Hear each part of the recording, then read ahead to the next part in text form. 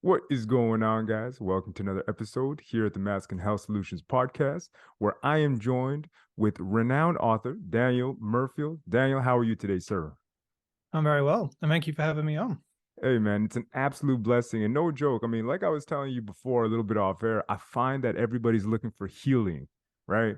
And that's kind of what got me started in this whole podcasting field is just, I want to maximize my body, but in that, I realized healing is a big part of it, when it comes to men's health, and a lot of us neglect it.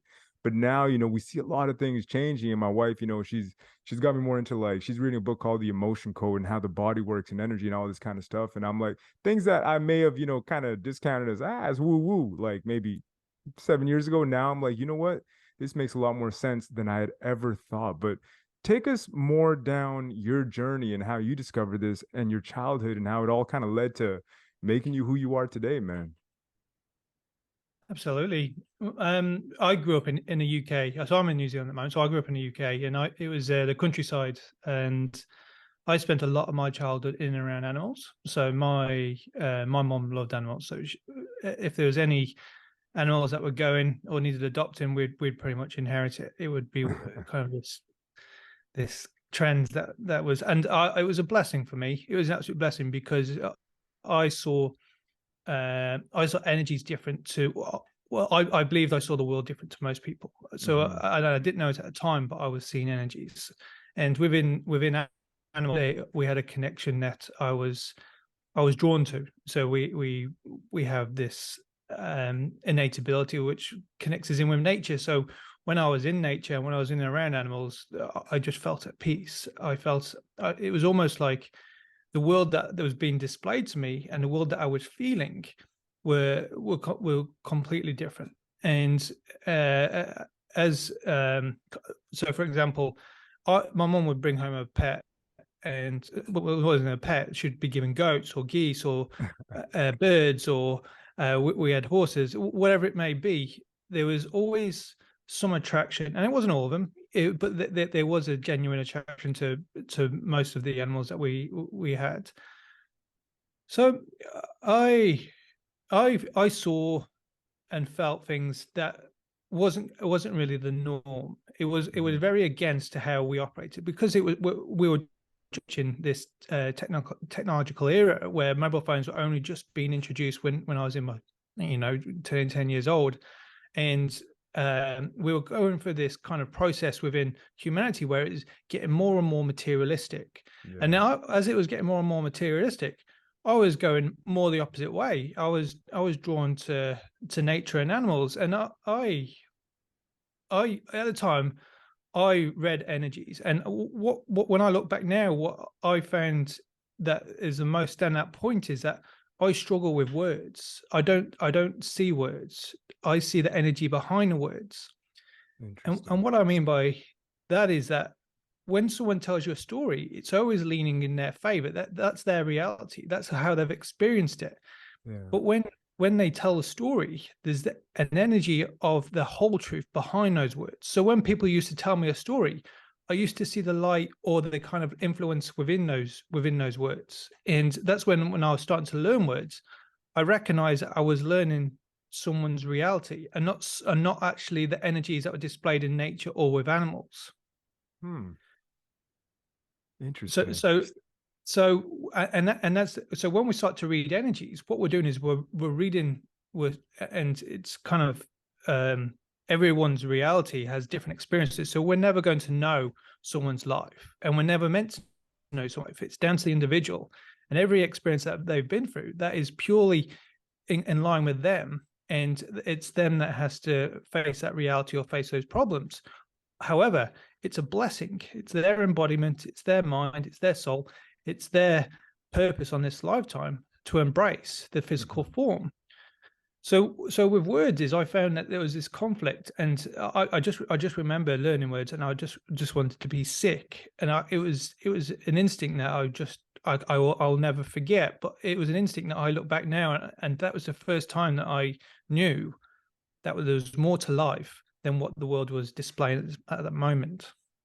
Interesting. So would you say, because I mean, that what that kind of makes me think too when you mentioned that, like the physical embodiment, because I keep hearing that, we are spiritual beings having a physical experience, and I kind of I lean to that being very true, just based off of my life and based off of what I keep. For me, the more I dig into it, the more I kind of see that I think there's a lot more to this existence than just the materialistic side of things, which you alluded to earlier. But what's one of the things, or are there certain words now that you mention it, where you're just like, there's certain energies attached to it and we should kind of avoid it? Yeah, so every word has a unique experience with that individual. So what one word could mean, it could be triggered and cause a trauma to someone, when that same word for source could cause harmony and love, Hmm. and that's down to the individual experience. So when we're kind of looking at healing and looking at kind of working through understanding ourselves and the energies that run through our body, we have to step back and take away the designed structure of how society works and place themselves in a place of harmony and love, being in that moment. Hmm. And the words don't hold any value. It is the energy behind the words that hold value, that hold the control over the person. And if you're being triggered by a set of, don't do this, stop doing that, uh, you're stupid, you're arrogant, Hmm. these kind of phrases, which are kind of, they don't mean anything at the time, but they kind of have a knock-on effect within how we kind of socialize, how we interact. They're only building a chain, a chain link of words, and Hmm. that chain gets longer and longer and longer, and the triggers get bigger and bigger and bigger until you actually break down and start to understand the energy, because it's not the words, it's that. So we're never meant to control emotions. Emotions are a raw experience. So emotions, we're here to experience as regards to this within this physical form, within this moment. Those emotions you cannot control. So, for example, love, harmony, you're meant to be there and experience it. Even if it's danger, there's an animal that you feel intimidated, it's still an experience.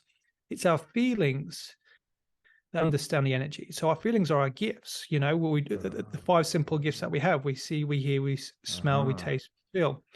And when we engage in our feelings, we're engaging in the energy within our, we're engaging with who we are. And then we build an aura, then we build a line of communication, we raise our vibrational alignment, we touch with our high consciousness. Hmm. But the way that logic works under two conditions: control and efficiency. Yeah. Our mental health is outside the realm of logic. It is in the realm of identity. And identity is the realm that we embrace ourselves. But if someone's emotionally charging you with words, so I use those phrases before, and we're charging a body, Hmm. we're getting into a state where they're just going to be triggered, or have and we start using our feelings in addictive states. So we start seeing stuff and filling our days with phones, or we if someone hears a conversation and we shut it down because we don't want to hear it, or we Hmm. smell something, we go eat junk food. So what we're doing is we're charging our emotions, using our feelings to fill an addictive state, and losing our identity at the same time.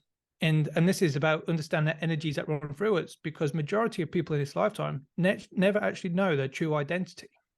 That was my next question, man, because you I guess you kind of just saw that in my mind because dude, I was gonna ask you my next question that erupted in my mind as soon as you mentioned that, even for myself, because I've been doing a lot of soul searching since 2020 as well. And I mean, right there, you just opened Pandora's box because I was gonna ask you next. I was like, how does one go about discovering one's true identity, like just getting rid of all the BS that exists and just saying, okay, this is who I am, this is the raw me? Like, how does one go about really discovering that? Because I find for myself, it's kind of like, yeah, a lot of experiences have kind of led me to discovering more of myself, but not like how does one nail this process? How does one say, okay, you know what, I think I figured myself out? Like, in your from your perspective, how do you go about doing that? Well, we are forever an internal a student as we're here, so we're always growing and evolving. But the true identity is the relationship of the soul to the embodiment. But if we close down our gifts, we close down our feelings, and we minimize the use of our body, we that relationship with our soul is minimized to just like a zombie state. It Hmm. doesn't have the lines of communication that we exist. But when we kind of build on the philosophies and the conditioning and the ideologies that were placed upon us within the world that exists today, I can tell you now in the next era that won't exist. This is an era of greed and destruction and anger. This era. So if when we look within this moment within now, the only thing that we can do is honor our embodiment. So when we have a soul's contract and when we come into this world, when we apply ourselves to the physical form, Mm-hmm. the first item on that list is the relationship of our physical form, and that involves everything. And I deal with energies within the body, so everybody has, and so because you've learned through influential figures, certain ideologies, certain conditioning, certain realities, you have energies within your body that are of someone else and someone else's storm. So Mm-hmm. when we're kind of working on our identity, we first have to remove the energies that are not of ours; they're of someone else's, or we have to understand that at that moment in time, they were placed upon our physical form, and they've potentially influenced us and controlled us since that moment. But the way that we have to identify ourselves is by understanding what is ours, what is the purification of our physical form. How do we understand energies, and then we evolve from there. We go through nature, and we align ourselves with like-minded people. We have kind of like this, everything's within the moment. So when we're looking at the physical form, if you exercise and you're eating, it's all about balancing your life. So these simple aspects that we take for granted or we ignore because we're too busy trying to avoid ourselves, we have to start simple and grow into a place of honor, accountable for our own actions, and responsible for the world that we live in. Whereas at the Interesting. moment we avoid and destroy, Mm-hmm. you know? Yeah, no, because I mean, I agree with you 100%. Like, because that's another thing that I've been discovering is how we have been influenced, and it's called, like looking into trauma, childhood trauma, and how that affects us, as adults. And I think a lot more people are discovering that, and it's kind of like the whole depression, anxiety, which is something that I want to talk to you about in a bit as well. But like, I find that all that stuff is stemmed from what they've indoctrinated into us via the propaganda that is the Netflix, that is the news, that is the internet. And I find like we're just being bombarded constantly with information that nobody really wants, but it's just like a constant thing where it's like nonstop. And I find that a lot of that stuff, it's kind of making its way into our consciousness, which then kind of takes hold in the body and makes it almost difficult for us to expel it. But now that you mentioned that, kind of going back into nature and detoxifying, like I find that that's one of those things that's massive. But another question that just kind of came up as I was just thinking that as well is like depression, anxiety, these negative thoughts, these quote unquote negative energies. Because I mean, from my perspective, how do you go about working with somebody that may have these feelings or energies kind of just trapped within them and says, bro, I can't shake them off, man. I feel like I've been going through this.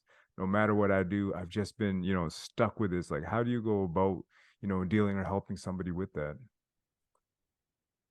And it's a very relevant topic. There's over the last couple of years, people have all the problems that have had arisen to the surface, and now Mm-hmm. we're faced with this mindset that where people are struggling to just go about their days. So, and when we look at anxiety, stress, fear, anger, they're all symptoms of our freedom being taken away from us. They are Interesting. the emotional charge within the body that has unable to process the energies, and now it's shown up within our physical form. Mm-hmm. So that we never look at the kind of end product. We know that that's what you're experiencing, but we have to identify the energies. So by identifying the source of the energies means that the end product is more easy to understand. Mm-hmm. So when we say with childhood trauma, for example, childhood trauma is a simple fact that we don't know the freedom of knowledge. And freedom of knowledge is that when you teach someone, you are not teaching someone your ideologies or your experience. You're teaching them to think for themselves. You're teaching them to understand that every answer that they need is within inside of them. You just have to open a space for them to work it out, and guidance along the way. So if you when you're working with children, the simple, it's easy to go, oh no, this is the world, this is how we exist, and that's all your opinion, that's all how you've operated. Mm-hmm. But the true form of freedom of knowledge is the fact that you're not putting conditions on them, you're holding a space for them to grow as an individual. You're looking at them as an individual. And if you give them that freedom, they won't experience that trauma, because when situations are put upon them, they're understanding who they are and who the energies that run through them. And it does go a lot deeper, because say, for example, the parents, if they've had a bad traumatic life and they go to have a child, if they don't deal with those traumatic energies within their body, that is still transferred across onto the kid. It's an ancestral trigger. It's an ancestral trauma that has been placed upon their reality. So now we're faced with entering a world where we have ancestral trauma, we have the energetical transfer of the world, we have the conditioning of how we face. So, and it's all, when we looked at healing, we break it down right to the individual, and we bring back freedom of choice within their mind. And freedom of choice knows that the symptoms that they're facing aren't necessarily the reason that they're. It's like having a car crash and then looking at a car crash but not working out why it happened. We're not looking at the actual accident afterwards. We're looking at where and when it went wrong, to understand that's what happens when you don't do. I don't know. That's what happens when you drive blindfolded. Do you know what I mean? Like, yeah. It's kind of like you got to find that reason as to why it happened. yeah, absolutely. And the source is everything. So the source holds the pivotal link to that chain that I was saying earlier, to free your mind from those situations. And the source could be something so small, something so simple, but because you've lost the freedom of will or freedom of choice within that moment, and your power has been taken away from you, it becomes amplified. It becomes it's a signal that has then created a moment in your life that you've ignored because it was too hard, and you've just gone on and tried to remove it. And within this life, within this embodiment, every experience that you've done is here to stay. It is here. It is finding the wisdom within those moments that grows to find that identity. So if you've been through a really downward spiral trend where you're struggling to get up and you're struggling to know the energy, when you look back, you're not engaging in your emotions, you're engaging in your feelings. Because if you engage in your feelings, you can look at the surrounding energies that were present at that time that were controlling the way that you were operating. If you engage in your emotions, you're shutting yourself down to those triggered states because they're driven by addictions, Yeah. So we don't control emotions. They're there to witness the pure power of nature, the pure amplified consciousness of the world. So emotions are a part that emotions and feelings are the part where that we get confused, and we shut ourselves down because people don't know how to be in their own mind. Wow. I'm gonna have to listen to that and extrapolate that a little bit, a couple times. But no, I mean, it is a lot to digest, because for me, I remember hearing about generational trauma, and that's kind of one thing that I'm like, that can't be true. When I first heard about it, and then sure enough, I looked at certain repetitive patterns, even within my family, or even going back to like, the formation of my peoples, let's say, where you go back and it's kind of like, there's a whole bunch of different factors that played into like making the people that came out of that situation the way they are. And I think that it also has a lot to do with influencing certain cultures. And why I think, you'll look at certain areas of the world and be like, culturally, like, what's wrong with these people? Why do they act like that? And it's almost like a lot of these learned traumas just kind of get passed on over and over again. And it's, I'm not going to say it's insane, but it's one of those things that it's like, why would we repeat these patterns? It's like, it blows my mind, because what you're saying makes perfect sense. And it's what I've been digging deeper myself. But as far as generational traumas, how do you stop certain things which may have come from the womb? Like, do you just like how does that process look like? Because there's certain things where it's kind of like, people that are just born into hard or difficult situations. But you mentioned before was also a blessing in disguise, I guess, because it's like, hey, you know what, you can learn how to deal with this and heal from it, and take from, the wisdom of that situation. How do you go about with dealing generational trauma, or trauma that, let's say, or I guess manifestations of energies that may be hindering a person from their true purpose and their true identity? Yeah, and everybody will face these energies, because that's what's relevant to us at the moment. And when we look at, say for example, your parents, if you still have the honor of this moment of being able to be present with them, Mhm. Just listening to them, listening to their story, you can identify energies within inside of you that are part of them. And the simple aspect of them opening up and being honest about the traumas that they faced, you can identify that within you. And that simple alignment and acknowledgement that you may have been carrying around your whole life, and then you realize that it is someone else's storm, you know. So when we look at energies within kind of ancestral traumas, it is we've been controlled to repeat the same habits. So as Yeah. logic works, logic is our actual downfall, because we within our brain we use 8, 9, 10% of logic, but we use it 100% of the time. Our mental health is in that other part of the brain. It is that higher consciousness, that freedom within this moment to have a choice. So the way that logic works is it makes you repeat the same problem. That's how it grows. That's how it gets the economy like this. Because if you keep repeating those same things over and over again, it will grow and grow and grow. But what happens with humans within their minds is they repeat the same problems over and over again because they're 100% logic based. They're not open in their mind to a higher consciousness. So when we look at the like, for example, the political, if you look at anything from the 50s all the way to the 2000s, every political contest or kind of situation or kind of rebellion that rose up within those generations, you are seeing that in people's mental state today, because it happened there, and you only have to look at the governments and how they reacted to how people were protesting, and Mhm. all these key scenarios where freedoms have been taken away from them, and now it's just recycled today, but it's recycled in a form. So it's when we say about energy, it's I know if you think of the equation, it's the saying equal or opposite effect. Well, when in spirituality, it's balanced or opposite effect, because in nature, in the world, there is not one thing that's equal. It is uniquely balanced. It is divinely connected to a balanced state. So Mhm. when we repeat these same patterns over and over again within our trauma, within our childhood, we are looking to match the silhouette template of the logic programming.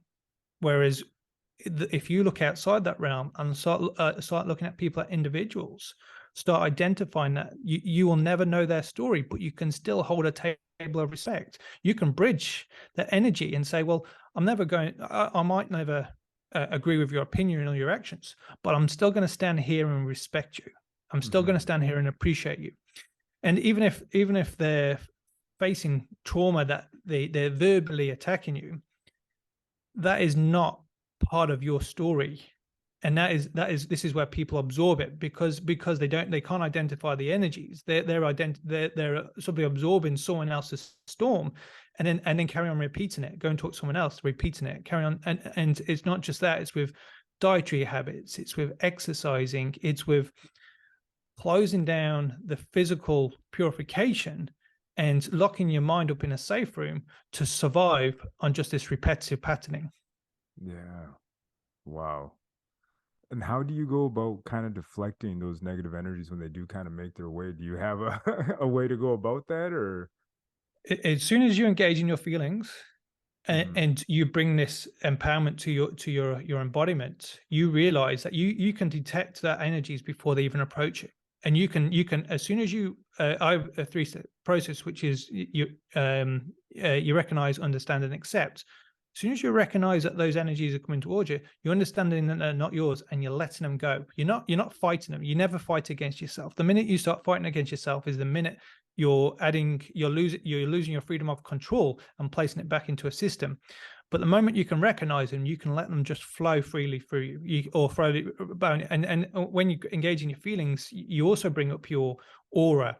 So you're and an aura acts as like an energy shield to unwelcome energies, but it's also a receiving as well. So it works the opposite way as regards to it aligns you with like-minded people. You receive messages, your intuition grows, your mental, your vibrational consciousness just activates certain elements within your daily routine. So uh, engage in your feelings and then build on this relationship, and then balance your world to a healthy, stable state.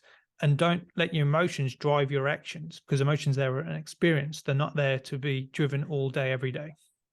Interesting. And I guess the other point that I want to make, because sometimes, I mean, for some reason through my mind, because it's kind of like, I'm not gonna say I'm an emotional guy, but like, I'm very expressive, and I'm not a neutral dude. I'm just like I'm all over the place sometimes, right? I'm not saying that, like I blow up or whatever, but the one thing that kind of came to mind is like, how do you go about, like, let's say a situation happens where somebody cuts you off, right? And I mean, for me, I'm just like, it's like a knee jerk reaction where I'm just like, man, this idiot, man. Like, how do you go about just kind of recognizing the emotion is kind of coming up, or like a surprise emotion like that? How do you go about just staying kind of neutral? Just like, I feel pissed off, but like, how do you go about something like that? It should, not being reactive, but being responsive, and doing it in a responsible way.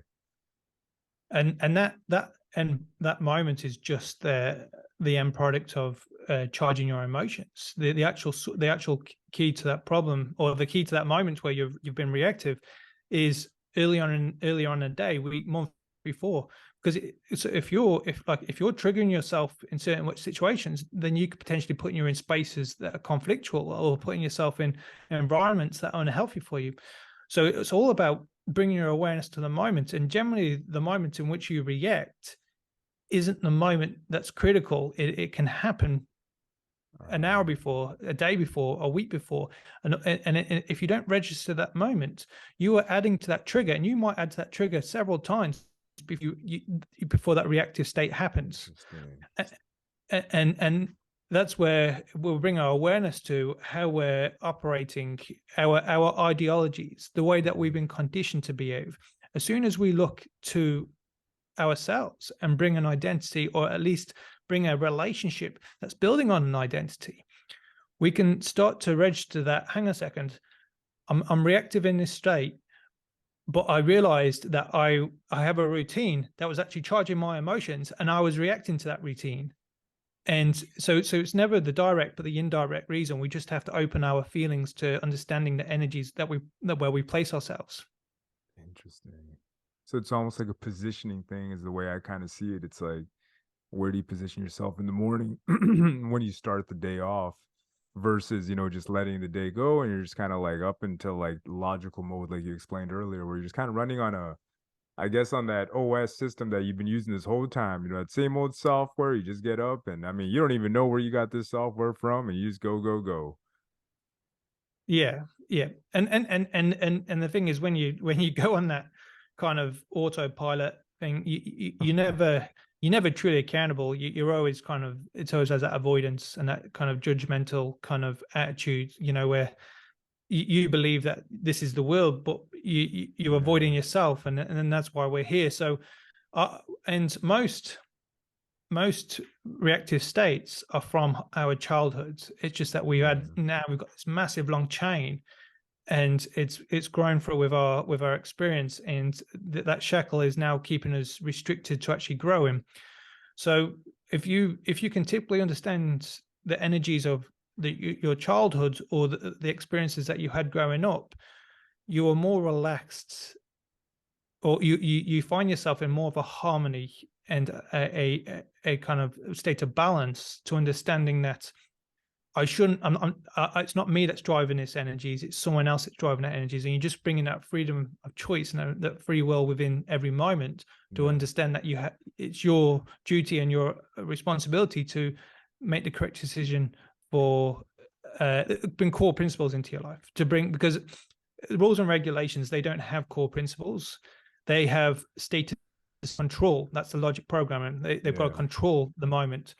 But within the universe, and with the balancing principles of how nature operates, there is core principles. And those core principles, the library to that is inside of you. It's just that you've got to open that door and walk in.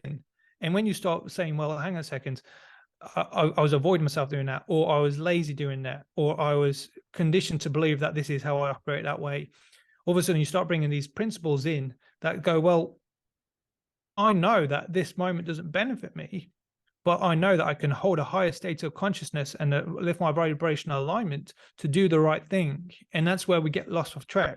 because it's so easy to do the wrong thing with rules and regulations, we end up neglecting ourselves to do the right thing.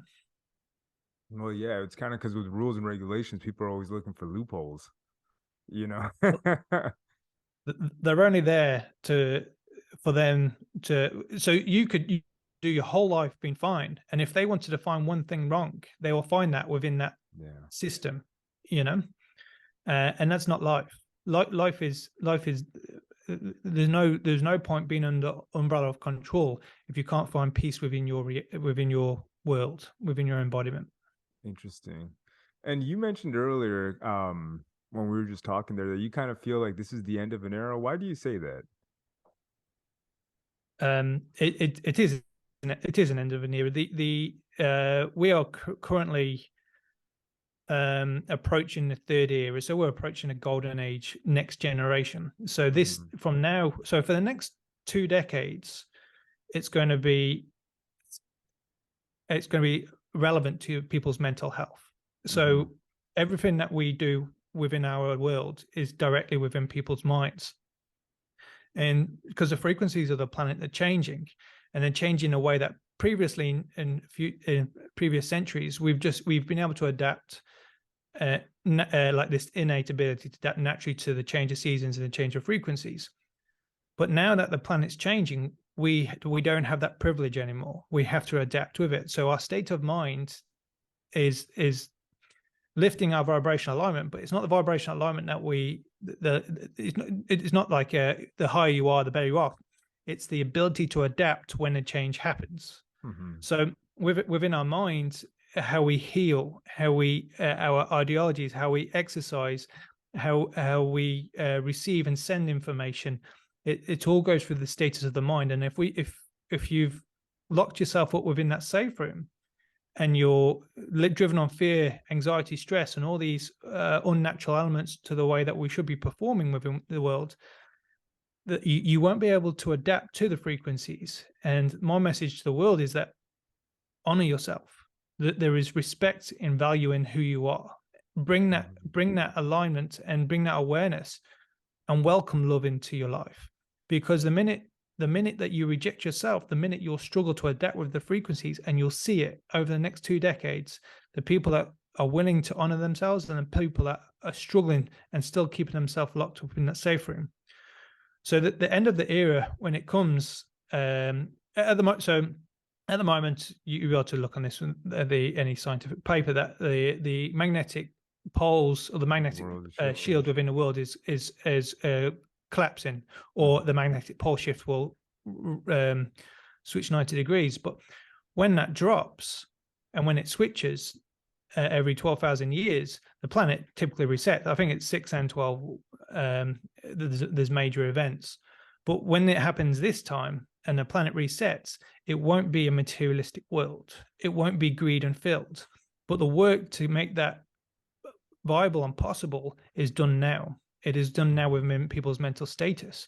And it is not technology that is the future of for the human race. It is the status of the mind that is the future of the human race. So Interesting. people who are looking at technology are only going to find themselves at a loss when there's no technology available. Mhm. Interesting. So it's kind of like somebody else was talking about this too, about how the inner verse is going to be more relevant in the future versus what we perceive to be the reality, because everything kind of comes from the mind. And this is kind of in regards to mentalism. I think it was a guy who was talking about the Kabbalah, in which I've been going over that book quite a bit, and the Hermetic principles and all that, trying to learn more.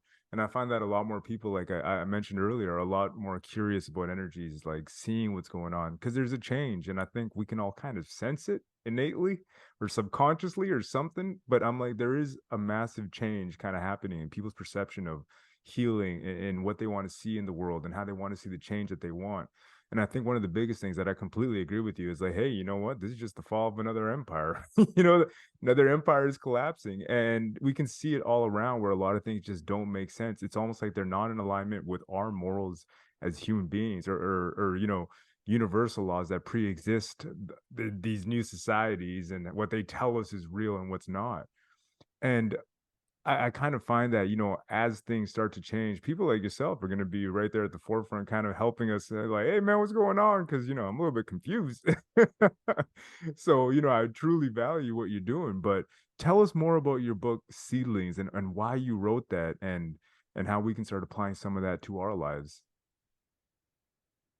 So like I said, I struggle with words, and seedling was actually a channel text. So that was straight from my guides into the book. So that was what Hmm. they wanted the world to hear. So within the next two decades, the healing within people's minds, it goes deep.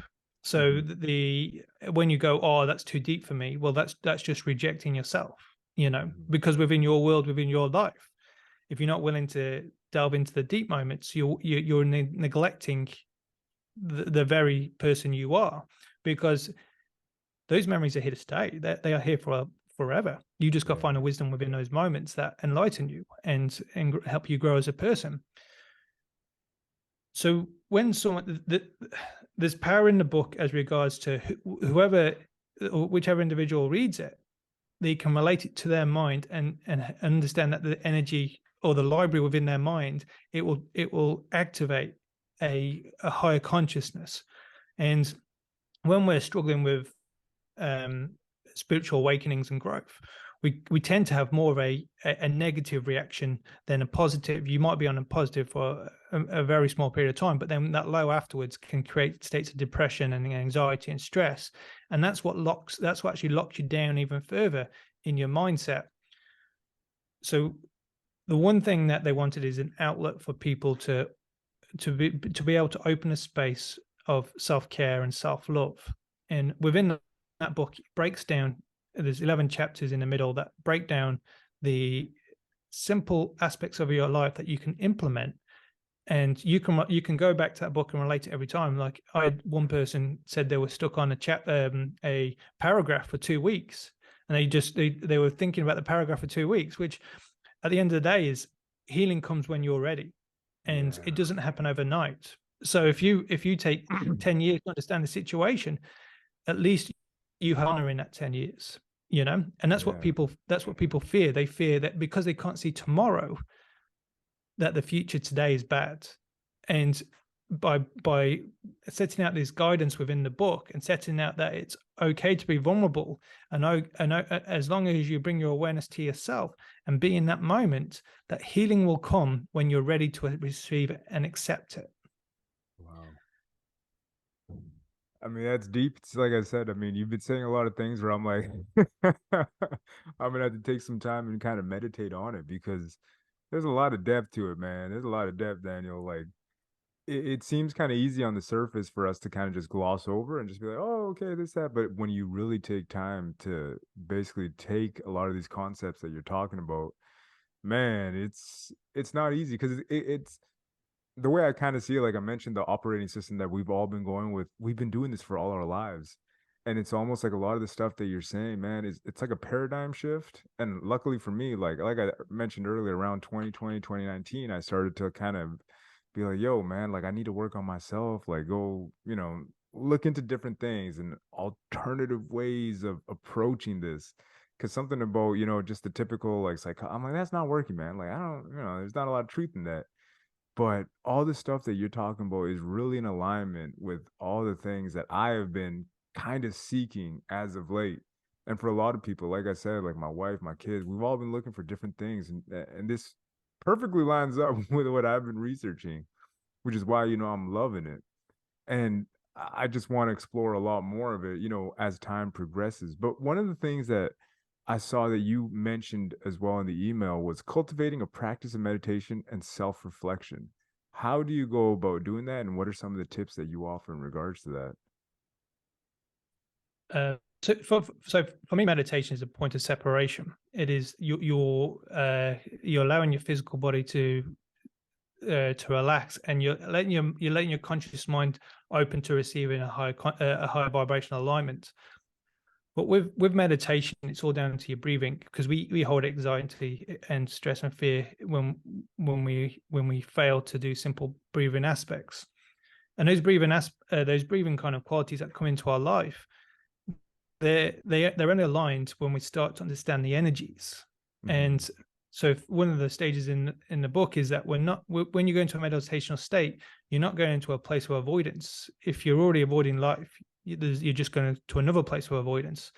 So there's two states to a meditation. There's breaking down your day and identifying your routine and the energies that you've, or the situations that you've placed yourself in, knowing that when you go into meditational state, you are then going, I accept the day, I've acknowledged these energies, and now I'm going to allow myself to feel the space divided. So big parts of our day about spaces, and you have to dedicate a space, clean energy, and make your awareness to the way that you're receiving the energy, because we receive energy if you close down your body and you're emotionally charged.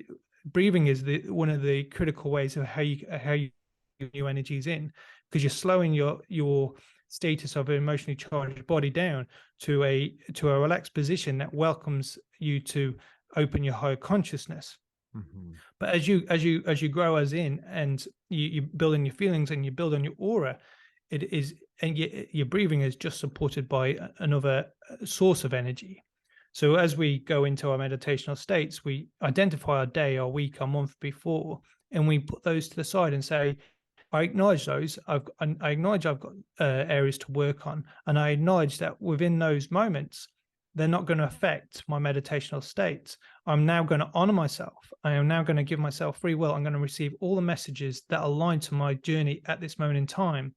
And when you kind of create this space and separate those two identities, or two energies, you're then going into a state of meditation where it's a place of honor, because Mm-hmm. every meditation state is about honor. It is about recognizing who we are. We are responsible and accountable for the energies that we hold. And if you've got someone else's storm circling around of you, you potentially go into a meditational state and playing out their reality. Oh. And this is where we kind of learning energies, learning our history, and the energies that have been placed upon our embodiments is the key state to a meditational alignment. And you can go into nature, and nature can ground all those energies away from you. You can go, you see these retreats where there's no technology. You're literally placing yourself in a position of self-care and respect to be able to cleanse your reality, to be able to go into meditational states. And I found meditational states quite easy, but I've worked on them for years. I've from when I was a childhood. But you don't have to be in a certain position to receive. You could be walking a dog, you could be sat at the beach, you could be jogging. You all it is it's a point of separation that identifies self-care. And that self-care means that you're allowing yourself to a high consciousness of the vibrational alignment within the planet to be able to open to receiving and healing. And early stages of enlightenment are all about healing, about understanding your journey to date, understanding that you may have lost control in the past, but within this meditational state, there's free will and choice to be able to receive and send off messages. Wow. Like I said, I'm gonna have to listen to this one a couple times. But yeah, God, man, that is so true. It's because you're right. Like there's been times where I've tried to meditate, and it hasn't been a good day, and I just sit there and just play out, anger, and it's horrible, right? It does the complete opposite of what I want. It's almost just like a manifestation of bad energies, and it's just like, oh, I just sit there breathing angrily. But you're 100% right. I kind of find that when you do ground or you go in nature, it's a completely different experience. I didn't know why, but I kind of felt that as well. Where it's you go for a walk in the park, or we got a lot of forests out here in Canada, and you just kind of go there and I almost just feel that elation from just going in there. And sometimes me and my wife will just walk. We might not even say a word, just kind of breathe it in, and it's almost like you're filled with something that you can't explain, right? And it's almost like you come out of there like a therapy session or something. You just feel so much lighter. That's the world that we're avoiding. So all these concrete jungles that we build with these chemically bound products, they are Mm-hmm. not our natural status. But when you place in yourself that's actually natural to who we are, and the experience that we're meant to experience, a sudden your body energizes, it grounds that fear and stress which would be conditioned to behave, and then places yourself in a place of harmony, because nature itself is part of our higher consciousness. Yeah. Every so every lesson that we need to learn in this lifetime is within inside of us, but it's activated through nature, because it has no conditions. It's an unconditional space that offers that freedom to to dig deep inside of us, to access this library that we are able to kind of learn and grow and evolve as a soul Man. attached to its embodiment. Man. Honestly, Daniel, I gotta have you on again, man, because we ran out of time and I still got like a million more questions I want to ask you. You're welcome anytime. Oh man, Daniel, first and foremost, I want to say that it was an absolute blast having you on. I learned a lot. And like I said, I mean, my journey has only begun. And I look forward to reading more about you and seeing you more and honestly having you on the show again. Cause I mean, there's so many more things that I want to jump in with you. But just give us a quick download on where we can get your book, any social media that you may have, or any links. And yes, I will include it. Don't worry, guys, I will include it. It will be in the description. But just tell us tell us where we can find you. So I'm new to social media this year, so I'm very fresh, let's just say. So I have my website at sagesjourney.com, and then I'm Mhm. also on I signed up to Twitter, not Twitter, Instagram, Facebook, and YouTube, all the sagesjourney.com, all the sages journey. So they're all the same handle, or whatever it's called. Yeah. Handle. Oh man, that's beautiful, man. It's beautiful. But honestly, Daniel, I look forward to, hearing a lot more from you. And I'm excited. I'm excited because I think, you know what, there's a lot of hope in the future. And I mean, you're a perfect embodiment of that. So again, I'm psyched and it was an honor having you here today. If you get any listeners that have any questions, um, send them in, and then we can talk about them if the time arises. You know. Oh, for sure, man. For sure. We're definitely gonna have some questions asked. Yeah. All right, Well, guys. With thank you that for being sharing this said, space with me. oh no, man. Honestly, Daniel, the pleasure was all mine. Pleasure was all mine. All right, guys. That being said, that's all for today's episode. We'll see you guys in the next one.